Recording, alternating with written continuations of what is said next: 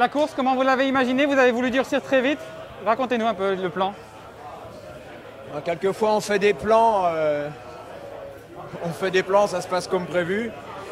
D'autres fois on en fait, ça commence à se passer comme prévu et ensuite non. C'est ce qui s'est un petit peu passé aujourd'hui et il faut reconnaître une chose, c'est que le plus fort a gagné. C'est pas toujours le cas dans le vélo. Mais aujourd'hui, le coureur le plus fort, je pense qu'on peut tourner la course dans tous les sens. Remco Evenepoel était le plus fort et il était injouable.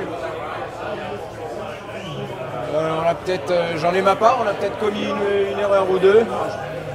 Les gars ont été admirables parce qu'ils y ont cru jusqu'au bout, là où moi-même, que je pensais, pour être très franc, je pensais que c'était foutu, qu'on allait même pas ramener un top 8, top 5 et ils y ont cru jusqu'au bout pour avoir cet état d'esprit collectif qui va chercher la deuxième place, qui est la place derrière l'intouchable Remco Evenepoel, à qui il faut rendre hommage aujourd'hui. Mais je tiens à rendre hommage vraiment à mes coureurs, d'y avoir toujours cru quand moi-même je pensais que c'était complètement perdu, pour ramener quelque chose. Est-ce que vous pouvez nous dire à quel moment vous avez compris que le plan ne se déroulait pas comme prévu et comment vous y êtes adapté? Quand le groupe Bardet, Quentin Paché avec Remco Evenepoel est sorti, c'était prévu qu'on durcisse, mais pas avec autant de coureurs. Et on a peut-être manqué un petit peu de vigilance parce que c'était assez loin de l'arrivée, mais ça c'était prévu, un petit peu manquer de vigilance avec pourquoi pas un Valentin ou un Benoît ou un Julien qui accompagne.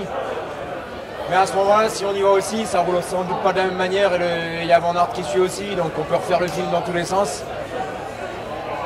Nous on s'occupe de l'équipe de France et je dois l'avouer, si je vous disais que c'était calculé, qu'on allait revenir et puis qu'on allait jouer la deuxième place, je mentirais complètement. On s'en tire très très bien aujourd'hui et le coureur qui gagne, il mérite sa victoire. Et on s'en sort bien, vous avez bien fait d'y croire jusqu'au bout.